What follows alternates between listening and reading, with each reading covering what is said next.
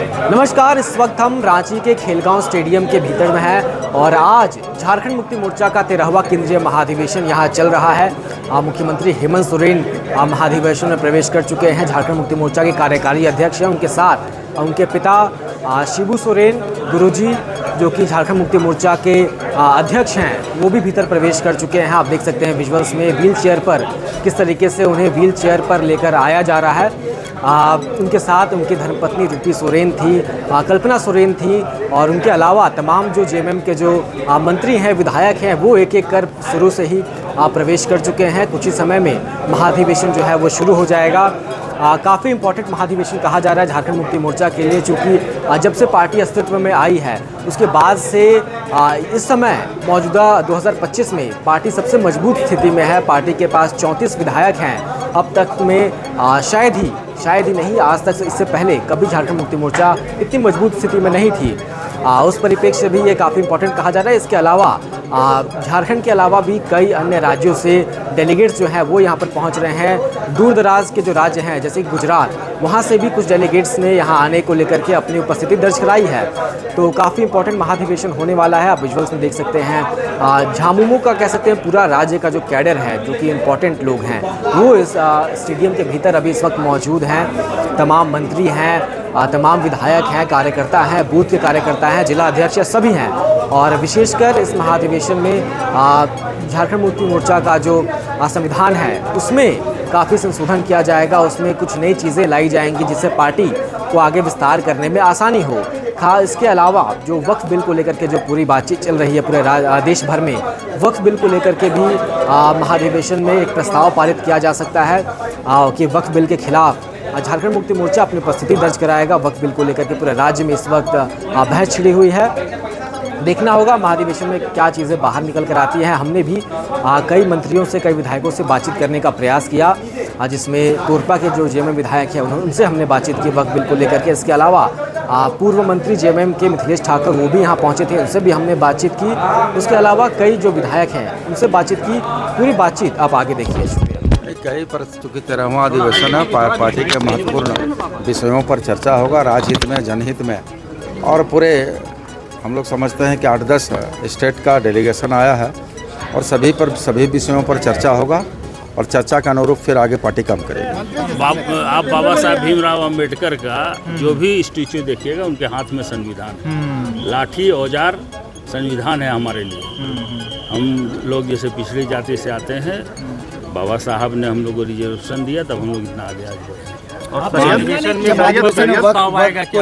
देखिए क्या क्या आएगा, सब चर्चा। झारखंड मुक्ति मोर्चा का यह 13वां महाधिवेशन निश्चित रूप से झारखंड राज्य की राजनीति को एक नया दिशा देने का प्रयास है। बहुत संघर्षों के उपरांत अपने इतने लंबे राजनीतिक जीवन में झारखंड मुक्ति मोर्चा ने बहुत सारे मुकाम हासिल किए हैं, लेकिन संविधान की पहली प्रस्तावना पंक्ति जब 4 फरवरी 1972 को स्थापना हुई थी और 1983 में जब संविधान अंगीकार किया गया था तो उसकी पहली प्रस्तावना पंक्ति यह कहती थी कि वाम जनवादी विचारधारा पर आधारित यह संगठन झारखंड की शोषित पीड़ित राष्ट्रीयता के काम करेगा और झारखंड में एक शोषण मुक्त समतामूलक समाज को बनाने की दिशा में प्रयास करेगा। तो हमें लगता है कि कुछ काम हम लोगों ने किया है, कुछ रास्ते हम लोगों ने तय किए हैं और अभी और रास्तों को तय करना बाकी है। सम्मेलन राज्य की राजनीतिक परिस्थितियों के अनुरूप, जनता की जनभावनाओं के अनुरूप निश्चित रूप से राजनीतिक प्रस्ताव पारित करेगा और यह राजनीतिक प्रस्ताव संगठन और राज्य के हित में होगा। सर, अभी तक जेएमएम जो है जल जंगल जमीन की पार्टी रही है और हालिया दिनों में इसका शहरी विस्तार भी हो रहा है, तो क्या शहरी मतदाताओं को देखते हुए कुछ फैसले लिए जाएंगे? झारखंड समूची झारखंडियत को बोध कराता है, चाहे वो शहर में बसने वाले झारखंड के लोग हों, चाहे वो सुदूर ग्रामीण अंचलों में बसने वाले लोग हों। निश्चित रूप से प्रतिनिधित्व संपूर्ण झारखंड का है और झारखंडी चेतना समग्र रूप से झारखंड के शहरों और ग्रामीण अंचलों में रहने वालों में निवास करती है और मुक्ति मोर्चा इसी का परिचायक है। इसलिए हम इस विभेद को नहीं मानते हैं कि झारखंड मुक्ति मोर्चा का जनाधार सिर्फ ग्रामीण अंचलों में। हम यह मानते हैं कि शहरों में रहने वाले जल जंगल जमीन की अवधारणा को मानने वाले लोग झारखंड मुक्ति मोर्चा के साथ थे, हैं और रहेंगे। निश्चित रूप से मेरा यह मानना स्पष्ट रूप से है कि इस देश की लोकतांत्रिक व्यवस्था में जनभावनाओं का प्रतिबिंब होना चाहिए था। जब इस देश में किसानों के लिए कानून लाए गए तो यह कहा गया कि ये किसानों के हितकर कानून है। 700 से ज़्यादा किसानों की शहादत के बाद अगर इस देश की राजनीतिक व्यवस्था ने उनके कानूनों को, कृषि कानूनों को किसानों के हितकर नहीं माना और वापस लिया, तो मेरा यह मानना है कि आज जिस तरीके से इस देश के एक बड़ी आबादी की जनभावनाओं के विरुद्ध वक्फ कानूनों को लाया गया है, निश्चित रूप से इस देश की संसद को, इस देश की राजनीतिक पार्टियों को जनभावनाओं का सम्मान करना चाहिए। निश्चित रूप से हमारा 13वां महाधिवेशन है जो किसी भी राजनीतिक दल का सबसे बड़ा महापर्व होता है और हमारा दल आज झारखंड ही नहीं पूरे देश में आज झारखंड मुक्ति मोर्चा के नाम की चर्चा हो रही है। तो निश्चित रूप से आज महाधिवेशन में नए और बड़े निर्णय लिए जाएंगे, ये मैं कह सकता हूँ। कुछ महत्वपूर्ण राजनीतिक प्रस्ताव भी आएंगे, सांगठनिक प्रस्ताव भी आएंगे और सभी पर सहमति बनेगी, लोगों की मुहर लगेगी।